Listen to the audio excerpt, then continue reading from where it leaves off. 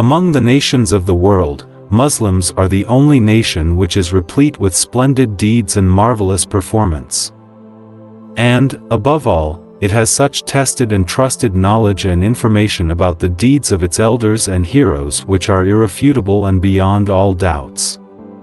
The Muslims need not be introduced to the Iliad and the Odyssey of Homer, nor they are in need of Mahabharata and Ramayana, for they, in their real history, have all kinds of more splendid and amazing models than those of Iliad and the Odyssey, and Mahabharata and Ramayana contain.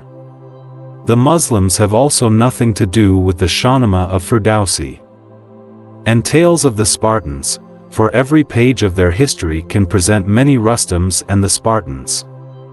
The Muslims need not hear the stories of Nushirwan the Just and Hatim Tai, for in their true and authentic history, countless Hatim and Nushirwan appear radiating light and luster. The Muslims also require no Aristotle or Bacon, Ptolemy or Newton, for in the assembly of their ancestors, such philosophers and astronomers are present, which is a matter of pride for them. How pitiable and amazing it is that, at a time, when there is tough competition among the nations of the world to excel one another, the Muslims, despite having the most glorious history, appear to be detached and careless as regards their history. The class which may be said to be more wakeful and vigilant among the Muslims, quotes in its lectures, speeches, writings, articles, magazines, newspapers and books any eminent person from Europe or Christian world wherever it needs to cite example of high morals or amazing performance, since it is unaware of such personalities among the Muslims. Who can deny this fact that the educated class among the Muslims quote in their speeches and writings names of Hannibal, Shakespeare, Bacon, Newton more frequently than those of Khalid bin Walid, Salahuddin Ayyubi, Hassan bin Thabit, Ferdowsi, Tusi, Rusht, Averroes, and Bu Ali Sina, Avicenna. The sole reason behind this is that the Muslims are unaware of and careless about their history. And they are so, firstly, because they are much less fond of knowledge in comparison to other nations. Secondly, they have least opportunity and leisure for acquiring knowledge. Thirdly, government schools and colleges have almost wiped out Islamic educational institutions in India. Fourthly, the class which is generally called the educated class among the Muslims and which is considered to be forerunner of the Indian Muslims, comes out totally from the government schools and colleges where Islamic history does not form part of the syllabus, or if it is there, it is something other than what is known as history of Islam. After obtaining diploma from colleges, the age of acquiring further education is almost past and one cannot have time left at his disposal for studying Islamic sciences.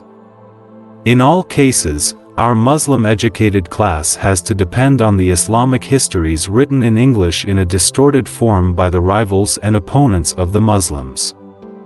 Before Islam, no nation of any country would turn towards the art of writing history or compile any authentic history of its elders and ancestors. In order to know how much progress in the art of history writing could have been made before Islam, the scriptures of the Bible and Mahabharata and Ramayana are enough to establish and believe it.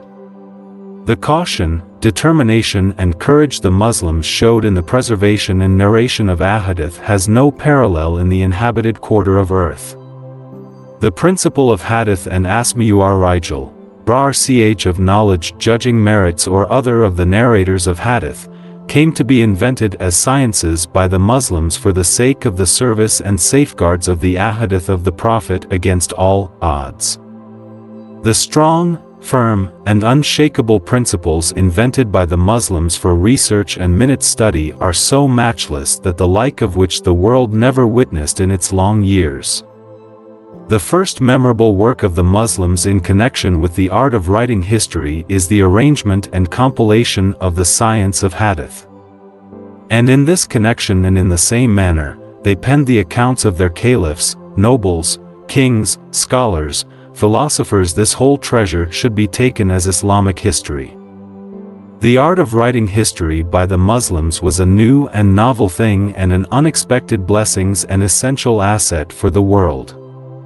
When other nations consider their books like Bible and Mahabharat as an asset and a matter of pride, a man is left wonderstruck that the Muslims take out and keep aside even Khatib's history from the shelves of authentic books of history. European historians, these days, appear to be engaged in hairsplitting. And the Muslims seem to be awe-stricken with and all praise for their perfection in this art, and they do it with all the sincerity at their command.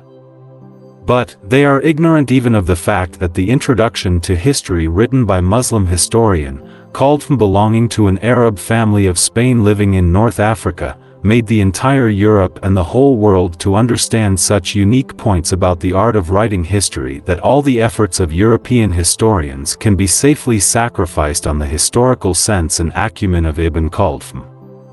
But the high ambition and height of fondness of the Muslims can be gauged from the fact that even in the assembly of scholars of Islam, the original history written by Ibn Khaldun fails to attract their sense of importance and glory, except the introduction to history.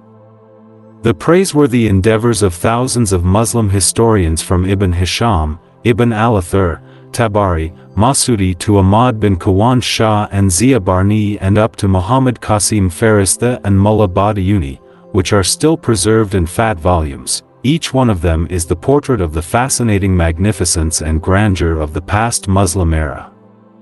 And each book on Islamic history needs deep study, and lessons derived from it may be of great use to the readers. But how pitiable it is that not a single Muslim among 100 appears to be aware of his Islamic history and goes through history books written by Muslims historians, although a large number of Muslims have the ability to read and understand books of history written by Mill, Carlyle, Eliot, Gibbon and others. And Persian languages, and even one among 100 Muslims in India does not know Arabic or Persian to go through these books, it becomes a bounden duty to write Islamic history in the Urdu language. As now, I am presenting this book, other far-sighted persons have an opportunity to write Islamic histories in Urdu in the form better than this humble effort.